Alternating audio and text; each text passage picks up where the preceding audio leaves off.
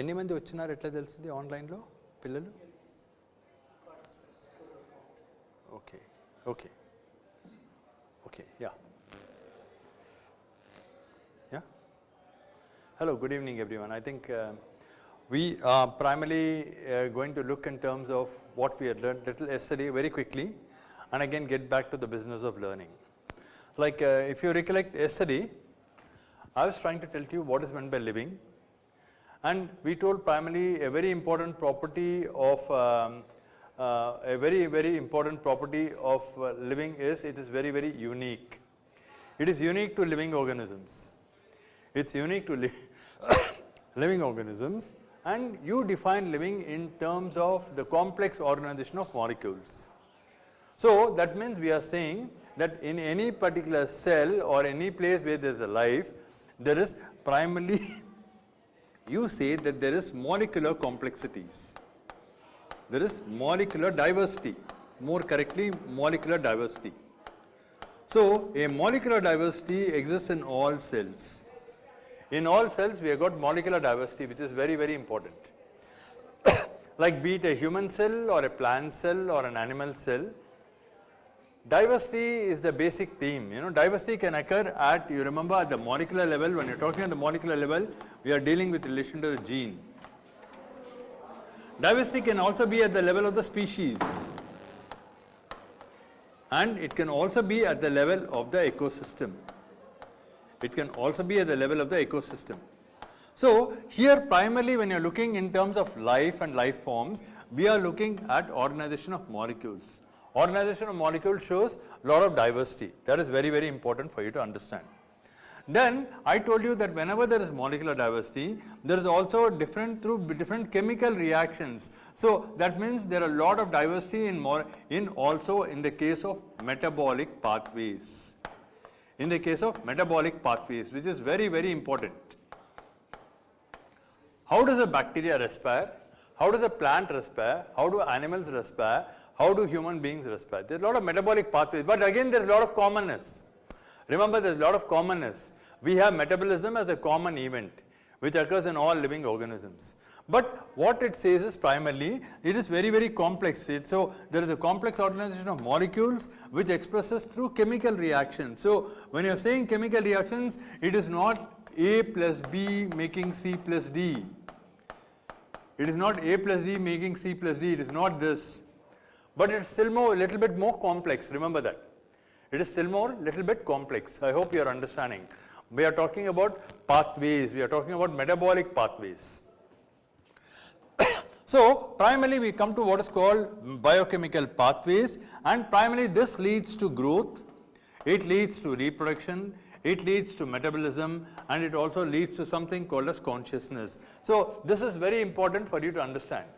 So what is the basis for everything? The basis of all life is biochemistry.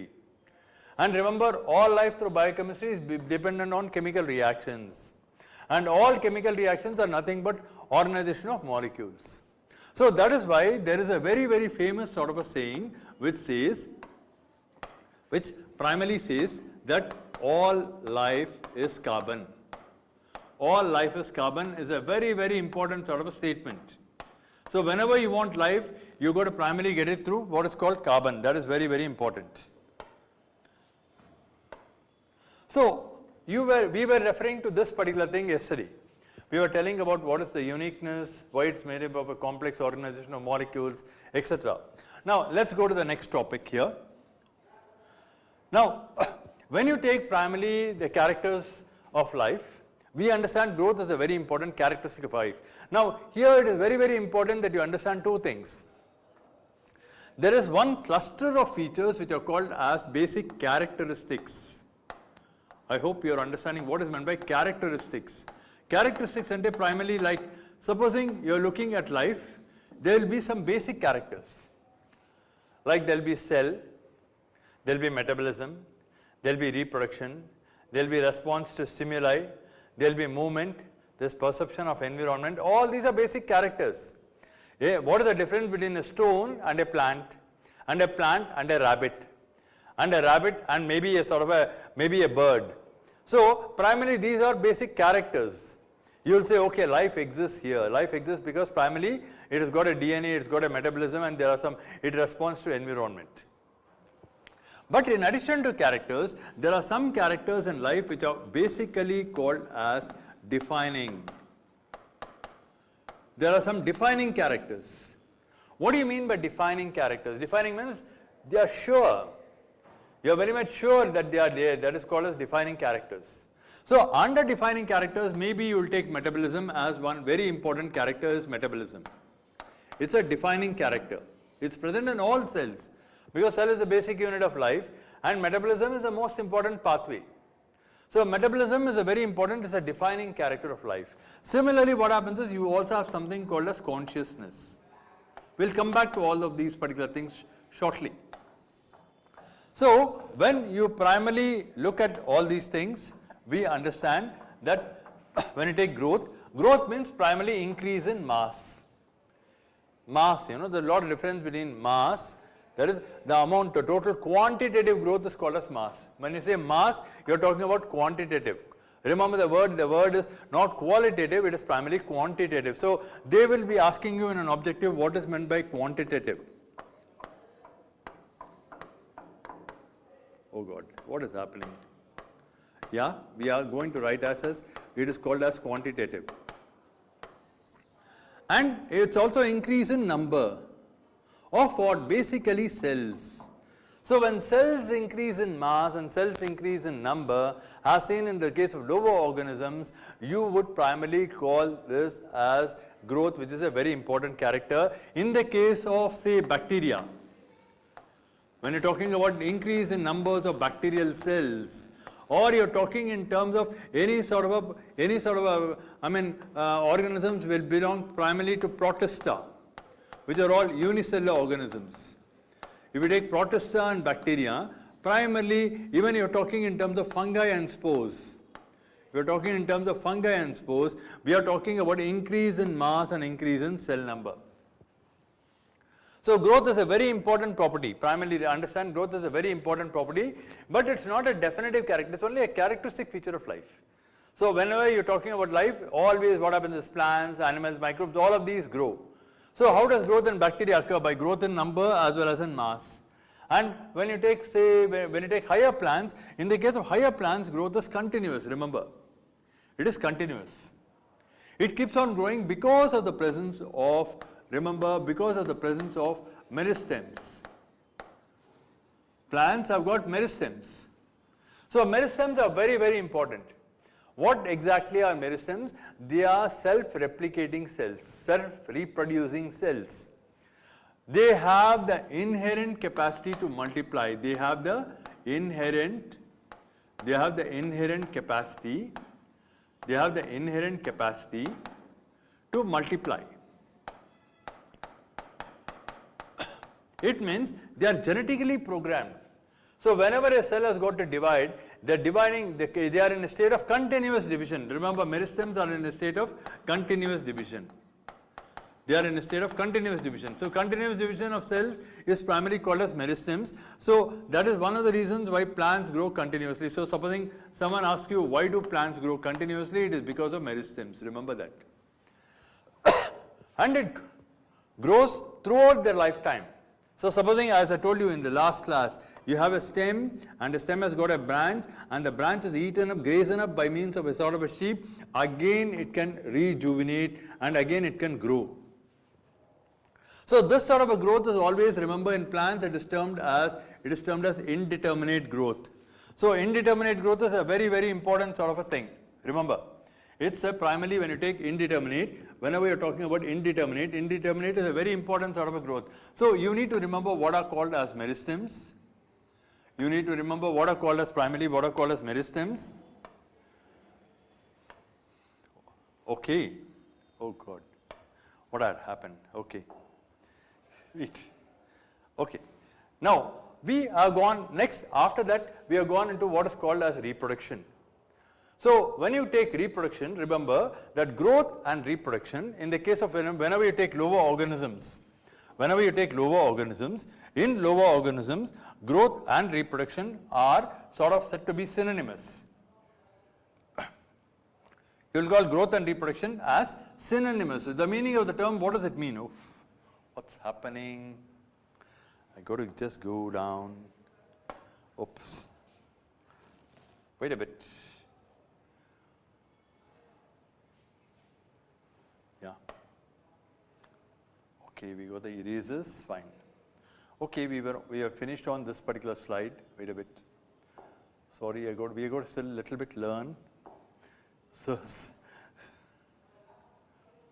we had finished on characters. Then, okay, we are going into the next slide. Primarily, what does it say?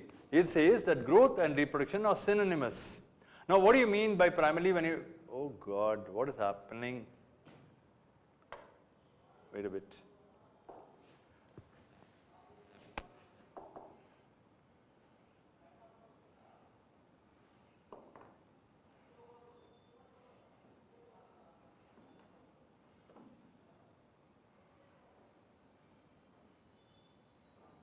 We were on this, then we went to this.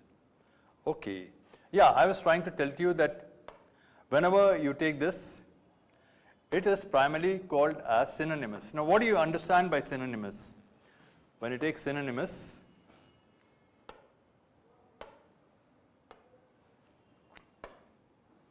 oh God, your sir's having some trouble with all this.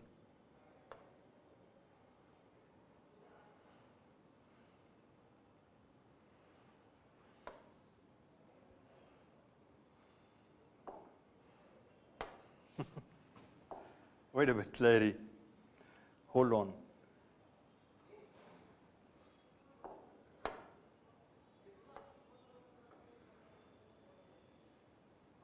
Okay, I'll just tell you straight. So, when you take global organisms, in global organisms, what happens is the bacteria does not know whether it is growing or reproducing. Remember that.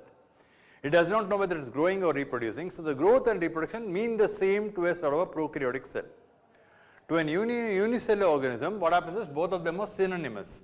What the meaning of the term synonymous is, it is similar. Unlike higher organisms. In the case of higher organisms, what you are to understand is, what you understand in the case of higher organisms is, in higher organisms,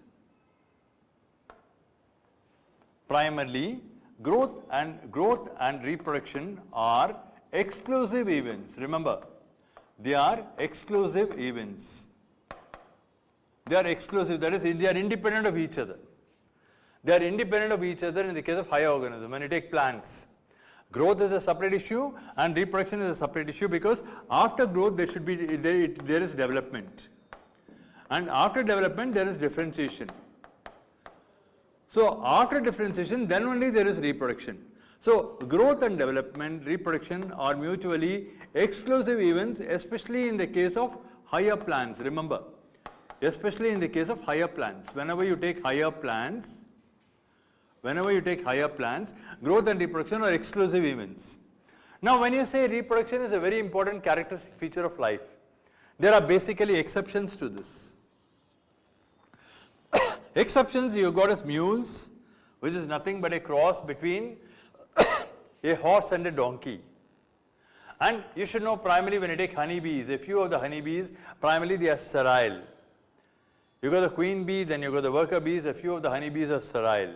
And primarily when you got infertile couples, primarily what happens is, so they do not fit into the sort of a norm. So always whenever there is a sort of a concept in biology, whenever there is a concept in biology, now the concept in biology here is what is called as reproduction.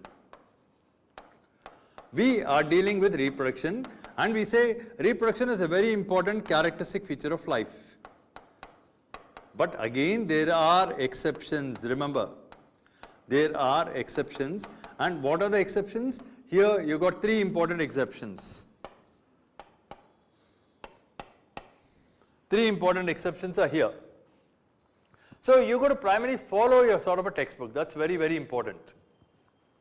So we had primarily reproduction, and again we had just said what were the sort of an exceptions. Next we come to something called as what is called as metabolism. Now metabolism is a defining property of life. Metabolism is a defining property of life. So what is the meaning of the term metabolism is? It is the sum total. It is a sum total of all the chemical reactions which occur in a cell. So that means to say, when you take a cell, you primarily understand that cell is a biological basis of life. Cell is a biological basis of life. That means within a cell there is structure,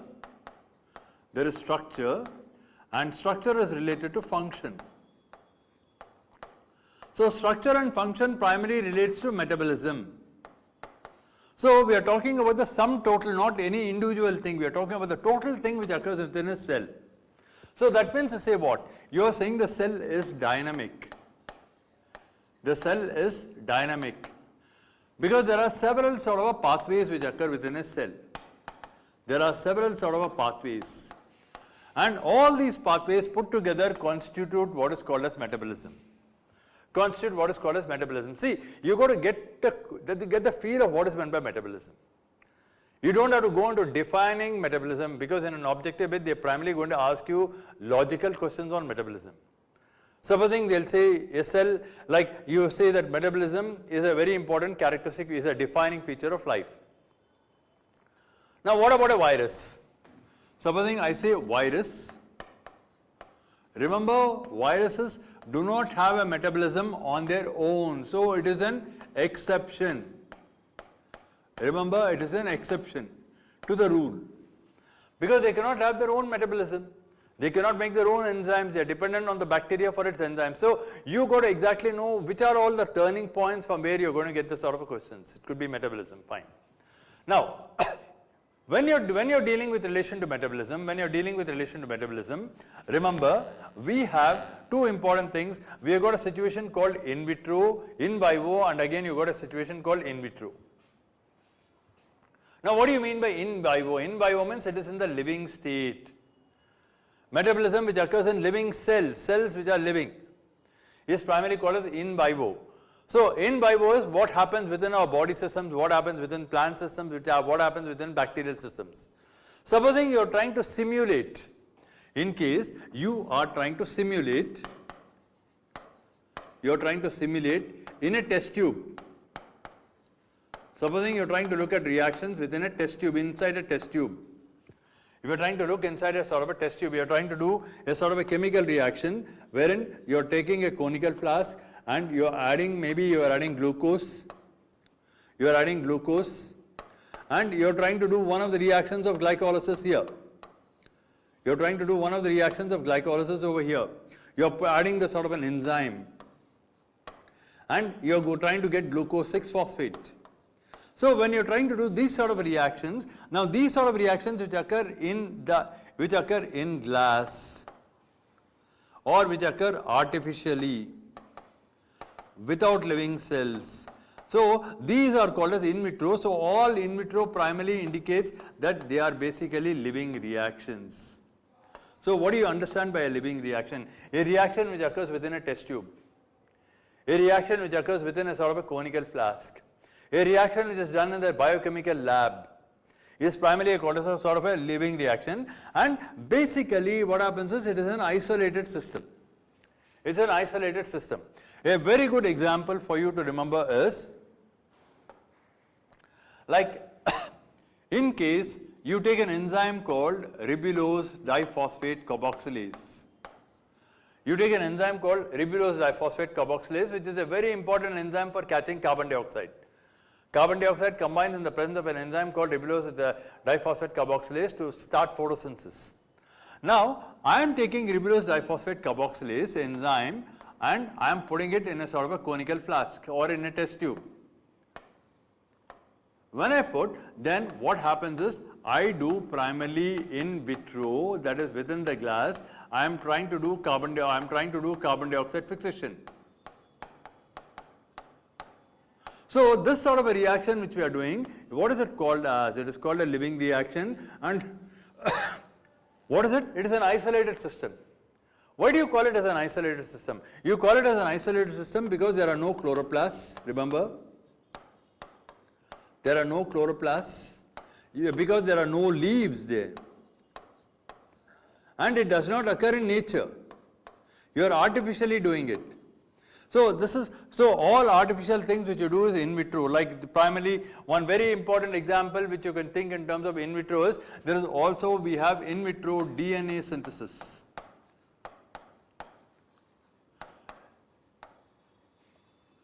In vitro DNA synthesis, and everything you learned in the chapter of genetic code comes down here. So you need to link up, you should exactly know what is the concept of in vitro. The objective here is, you've got to understand what is the concept of in vitro, what is the concept of, what do you understand by metabolism. It is both anabolism and catabolism, that's all you learn from schools, it's anabolism and catabolism. But basically we are talking about all the reactions which occur within a cell. So cell is primarily a sort of a biochemical factory. Remember, a cell is it's a biochemical factory, and within the cell there are a lot of physical as well as even chemical reactions. So you need to get to know what is the theme, what are people trying to tell to you on your syllabus. When they say metabolism, it's just not simply remembering some total of events. It's not like that at all. So you got to say that it is a defining character, because without metabolism there's no, I mean, a cell cannot function, no, without, see, you have got a DNA, and you got a membrane, and you got a metabolism, and you got ADP, which are all very, very important for cells. A biological cell is supposed to be very, very advanced on terms of evolution. So we need to exactly know which are all very important metabolic reactions, even all those particular things. As you go by with relation to learning, you'll be learning about all these things. Now, we come to a very, very important theme in the characters of living organisms, and now we are coming to a sort of a defining character which is called as consciousness. Now consciousness is called, it is both a sort of it is a characteristic of life, and more importantly it is a defining characteristic of life. It is a defining character, more importantly it is defining. That is, consciousness is very, very important. Like as human beings we are conscious. A monkey, an ape, a chimpanzee, a gorilla, an elephant is conscious. Primarily understand that. Even a bacteria is conscious. Supposing you take a bacteria which is living and you prick it by a needle, or you take a bacteria and show light, it can primarily move. Or near to an amoeba you are adding concentrated sulfuric acid, it primarily moves. That means it responds to something which is called as an external stimuli. So when we are talking in terms of, when we are dealing with relation to consciousness, we are talking about the ability. We are dealing with relation to the ability to respond. How does it respond? How does this one respond to something called a physical, something called an external stimuli. So you got an external stimuli, it could be, maybe it could be light, maybe it could be temperature, it could be high or low of temperature, or maybe it could be a sort of an acid, maybe it could be high alkali, chemical, or even it can also be biological. Biological is like, supposing you have an amoeba down here and you have got another organism which is coming for invasion. So there is a tough battle between the amoeba as well as the other organisms. So there is competition primarily with relation to external stimuli and perception. You tend to, what happens is, you tend to have the perception of what went wrong, what went right. So that means primarily when any living organism is conscious, it means there is some sort of a bio neuro networking. Bio-neuro networking, that is very, very important. So all living organisms have a lot of bio-neuro networking. Even small cells, I am not saying that a sort of an amoeba should have a brain and a spinal cord. We are not talking in that way. We are just looking in terms of perception. There are some sort of molecules which primarily have got the sort of a memory that something has gone right or wrong whenever there is a sort of an external stimuli. So this is very, very important. So sometimes what happens is, when you take consciousness, sometimes what happens is, even if you take plants, what happens is, when you take plants are called seasonal breeders. Plants are called as seasonal breeders. I mean, you know, rice comes to flowering at a particular time, and wheat comes to flowering at a particular time, maize comes to flowering at a particular time. It depends upon its photoperiod. Because what we are understanding is, supposing we are talking in terms of the relative lengths of days and night, which is called a photoperiod, the photoperiod in turn can stimulate. It can in turn can stimulate, or it can primarily trigger, it can trigger flowering responses. It can triggering flowering. So depending upon the length of the day and the length of the night, we have, as I said, we have got long day plants and short day plants. We have got plants which grow in the tropical regions, plants which grow in the temperate regions. Depending upon the photoperiodism, they can get into flowering, and flowering in turn can lead to yield. Flowering in turn can lead to breeding. The flower will be open only at a particular period of time. So that's why what happens is, what do you call these as? You call these as what are called as seasonal breeders. So what is the meaning of seasonal breeders? The meaning of seasonal breeders is, you got certain plants which come to flowering only at a particular period of time, particular season. You got early winters, you got late summers, you got Rabi season, you got Kharif season. So when they come like this, they are called as seasonal breeders. So this particular response is also comes under response to external stimuli. Is also you got primarily breeding, and thereby you got crop yield, and this is primarily determined by means of photoperiodism, which is very, very important. Because when you take a particular flower, a flower responds to different durations of wavelengths of light. And the opening of the flower, when you want to open the flower, you want to open the calyx, you want to open the corolla, you want to open the androecium and the gynoecium, it is primarily dependent on photoperiod. So photoperiod is a very important property which you will be reading more when you are going on the chapters of growth and reproduction. When you are going on the chapters of growth and reproduction. So we have consciousness as a very important, as I told you, it's a sort of a defining character, metabolism defining character. Reproduction, okay, these are primarily defining character. Reproduction is just only a characteristic feature. There are exceptions to the rule of reproduction, remember that. Growth, it's also a characteristic feature of life. There are exceptions to growth. You know, like yesterday, we had just primarily learned about what is meant by intrinsic growth and what is meant by extrinsic growth. Let's go to the next slide. Okay. Now, this is a very, very important theme in biology. An extremely important theme in biology is this. Whenever you take living organisms, this is extremely important. Remember, all living organisms can self-replicate. What do you mean by self-replicate? They can primarily, that is, you can say self-replication is primarily they can multiply. They can make copies of themselves. Remember that life begets life. Life begets life. So we are talking in terms of, when you say self-replication, we are talking in terms of continuity of life.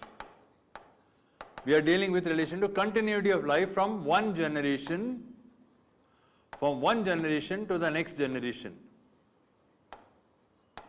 So that is primarily called as self-replication. So when any living organism does self-replication, very, very important for you to understand is self-replication is it is done with lot of faithfulness. That is, it shows high fidelity, FIDELITV. So high fidelity is a characteristic feature of the DNA. When you take the sort of a DNA, when you take the genetic material, there are no errors in the DNA. Very rarely we get errors. So primarily what happens is all living organisms show self-replication. So this is a very, very important trait from the viewpoint of molecular biology and one from the viewpoint of genetics. And the second important thing is primarily whenever you take living organisms, they are basically self-regulatory. Now this is again a very, very important property. Like when you take, we are talking about characters now. They are not defining characters, but we are just basically calling them as characters. What do you understand by self-regulatory? When you say self-regulatory, it means we are talking about homeostasis. We are talking about homeostasis. Self-regulatory, they all know how to go on self-adjustment. It is also called a self-adjustment. So they can perceive the environment and again know how to manage internally and externally. So whenever there is a sort of a change in the environment outside, higher plus or minus temperature, relative humidity, or even primarily cold, or even pH, supposing there is a change in the ions, basically all organisms primarily are self-regulatory. You don't have to go and mess up with them, they know how to adjust. So adjustment and adaptation is primarily, and self-regulation is what is called as homeostasis. So homeostasis is a sort of just like it is the science of homeostasis is also called as cybernetics. It is also called as cybernetics.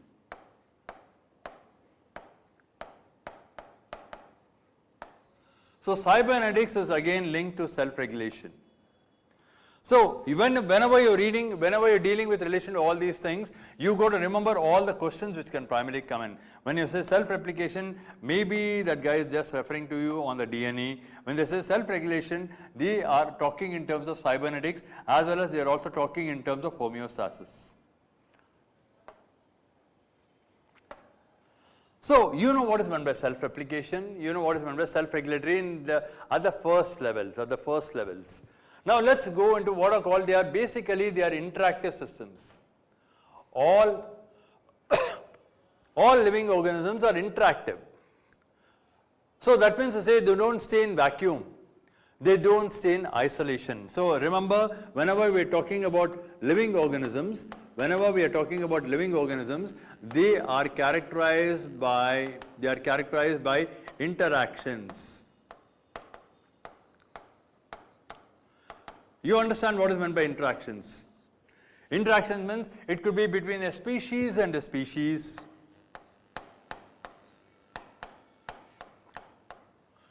Or else it can also be higher. Like it can be between the organism to an organism. It can be from a population to a population. It can be from an ecosystem to an ecosystem, or higher ways. Or if you are coming to at the lower side, you got to understand it can be between a cell and a cell, it can be between a molecule and a molecule, and it can be between an atom and an atom. So we are talking in terms of interactive systems. So when you say interactive systems are always dynamic. Dynamic interactive systems which occurs. So this forms the sort of a basis for competition, for cooperation, for mutualism, for predation, for symbiosis. So there is always a sort of a dynamic interactions in living systems, whereas when you take a stone is not very dynamic. Remember, when you're talking about non-living systems, they are never interactive, whereas living systems are highly interactive. So a living reaction does not occur in isolation. There's a lot of interactions, metabolic interactions also occur. Then very, very importantly, they are capable of evolution. They are capable of evolution, that is, they change in time and they change in space. They change in time and space. So all living organisms show all the properties of evolution. So when you're talking about evolution, we are dealing with relation to molecular evolution, we are dealing with relation to cell evolution, and we are looking at all those particular things. So they are primarily evolving in time. All living organisms have got different levels of evolution. Like if you take the angiosperms, you take the gymnosperms, you take the fungi, you take the algae, you take the lower plants, every one of them are evolving on planet Earth at every particular period of time. Some of them become extinct. So all living organisms primarily are self-replicatory, they are self-regulatory, homeostasis, they are interactive systems, and they are capable of evolution, and very importantly, they respond to any particular sort of an external stimuli. They respond to any external stimuli. So these are some of the basic things about whenever people ask about what exactly are living organisms. Am I clear? Lahiri, are you understanding what's happening? So this is the way how primarily you got to primarily look in terms of whenever we are studying whenever you're studying biology. Study of biology should be very dynamic, it should not be very static. You got to ask questions like, as if you're students of science, you've got to be asking a lot of questions. Okay, next. Now this statement is a very, very important statement which is there in your textbook, and you can give lots of meanings to all of this particular statement. Remember that whenever we take on this, all living beings are linked to each other. They are linked. How are they linked primarily? They are linked to one another in terms of what? They are linked in terms of the genetic material. Remember, they are linked in terms of the genetic material. That is the DNA. All living organisms are linked to one another, and they share the same parts of the common genetic material. They share, remember what happens is they share, that is the information which is present in the DNA. DNA is an information molecule.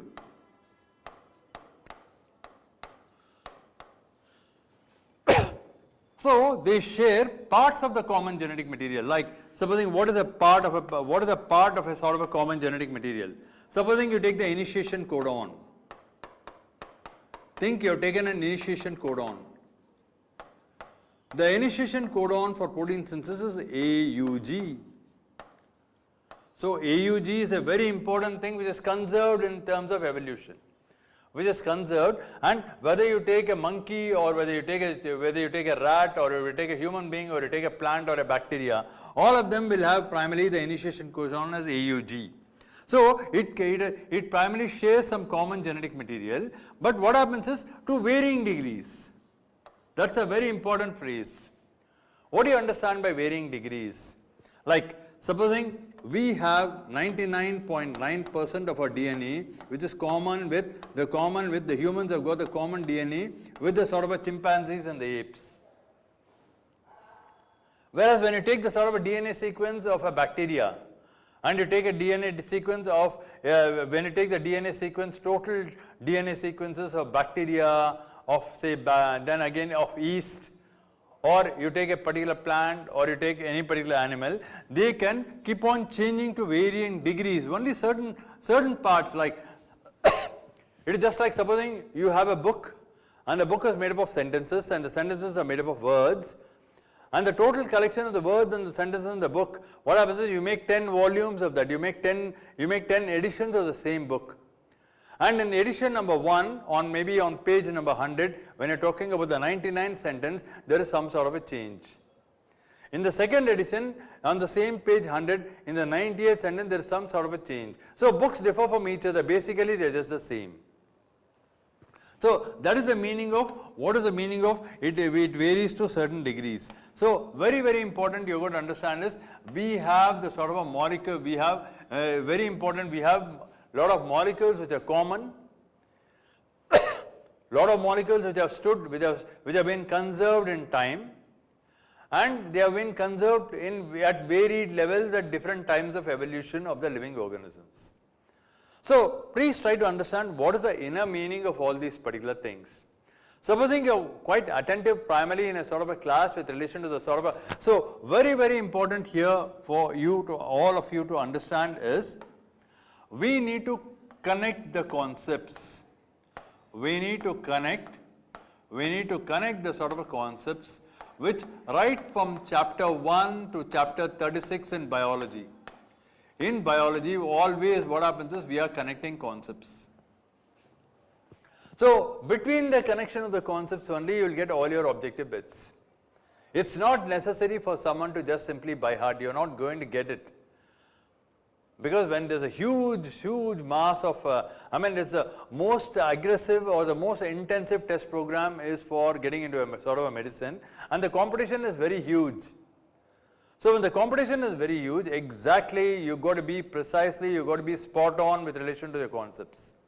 So we are going into concept clarity, we are going into the clarity of the concepts. That is the mode of teaching here, is primarily clarity of with relation to the sort of a concepts down in biology. Okay, next. So we have finished all living organisms are linked to each other and to the common genetic material in various parts. Then this is again a very important sort of a statement which you encounter in the first 3 pages of your NCERT. We say that the properties of a structure are different from its components. The properties of a structure are very much different from the components, and you have something called a sort of an emergent property. See, like what happens is, we have the brain. It is a structure. In the brain, what happens is, we have the consciousness. We seem to be knowing certain things due to our bioneural networking. And from there, what happens is, we get a lot of thoughts.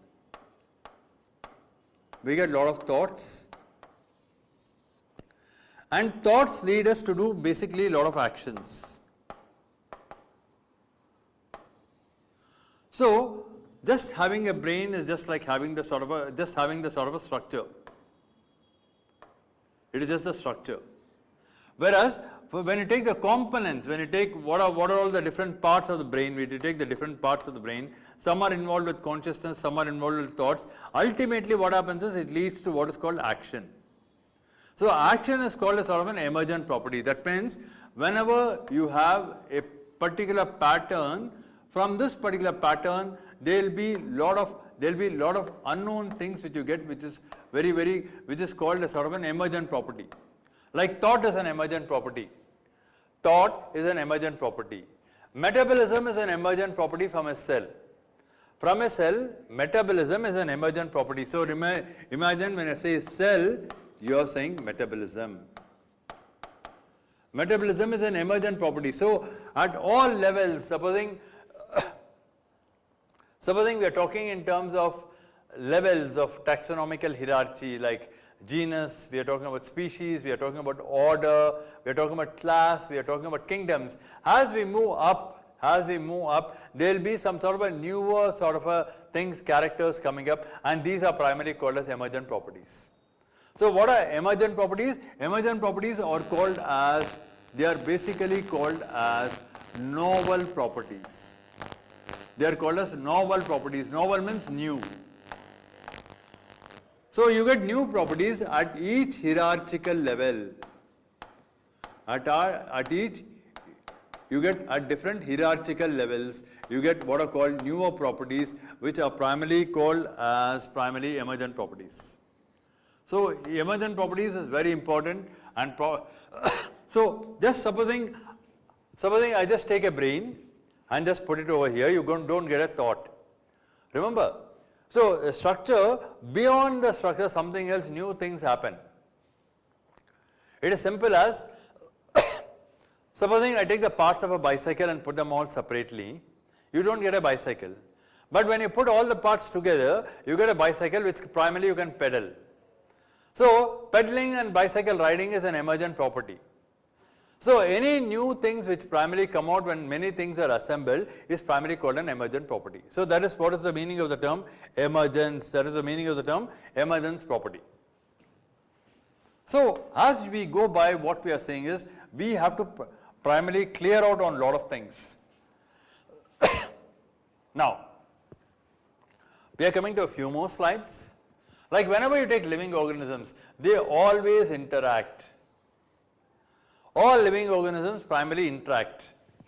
They interact with the environment. Remember, they interact with the environment. So you got living organisms, and you got the outside environment. There is always a sort of an interaction between the living organisms and the environment. And in the process of interaction, the living organisms also shows progressive evolution. It shows progressive evolution. So interaction and evolution are very, very important for any living organism. For any living organism, primarily you got to understand that you got interaction and also you got even evolution as two important components. Interaction and evolution are two important, very important components primarily for all organisms. So even this is, I mean, these are all come under primarily we are dealing with relation to what exactly is the meaning of the term life. Now, let's go into what is called consciousness. So when you take consciousness, remaining, oh, where were we?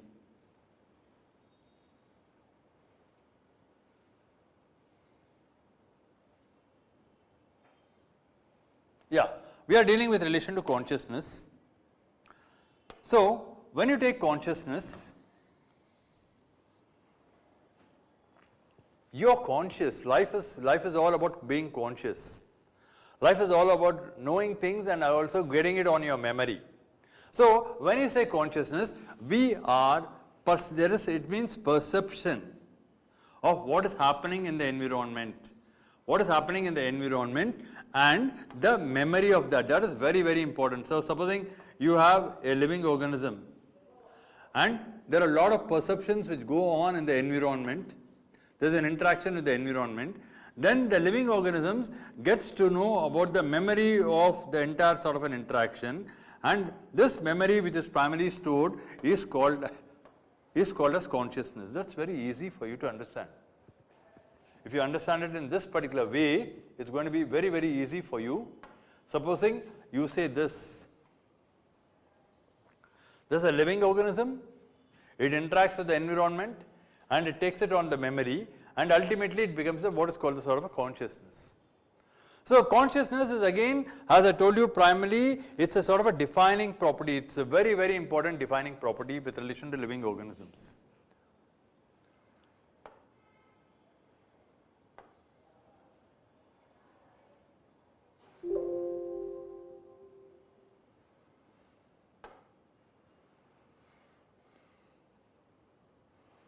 So we were on what is called as, yeah,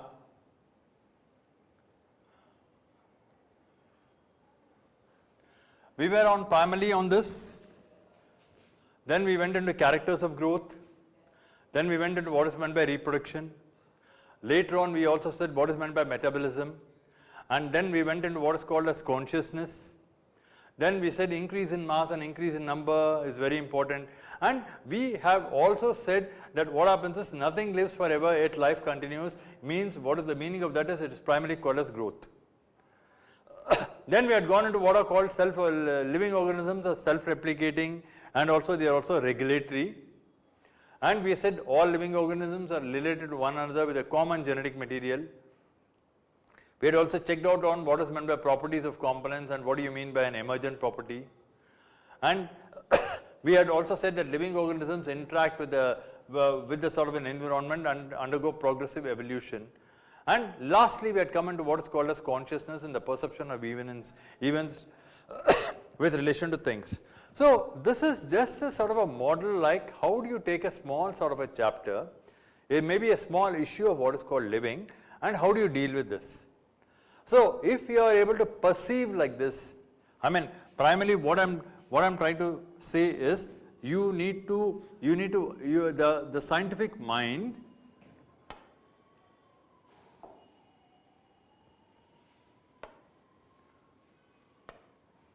remember our perception is very, very important. How do you look through things? No, this is a very bad color. When you're looking, okay, how do you perceive things? How do you look? Supposing you think you have your NCERT book, and how are you looking into the NCERT book, and what is it that you're trying to learn from it? How are you learning primarily concepts? How are you learning primarily concepts in science? which is more important than just simply mugging statements. So our objective is, for in every chapter there will be lot of conceptual statements. There will be a lot of conceptual statements, and we need to go through the concepts first, and concept clarity is the basis for a lot of things. It is the basis primarily for a lot of things. So primarily what happens is, I would be ending the note today with relation to all these particular things, and maybe from tomorrow we'll just start on with relation to real time. We'll be trying to get into how to go about with relation to things. We'll go by chapter, we'll go by issue, and in each chapter we'll take up the different sort of concepts, and you can always keep on even asking questions. Supposing you got any doubts, fine, it's very clear, we can primarily clear through that.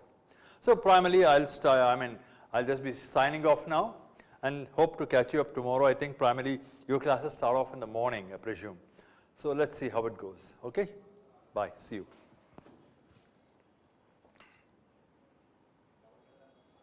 Okay. Yeah, that's it. Thank you.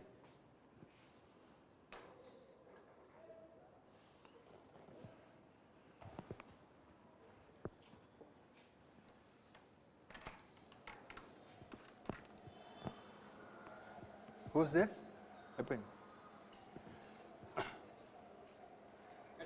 అయిపోయింది. ఒక్క అమ్మాయి వస్తుంది అసలు. రేపు ఇంకా రావాలో ఏమో. Of చేసేసేయండి. ఎట్లా ఆఫ్ చేయాలి నాకు తెలియట్లేదు.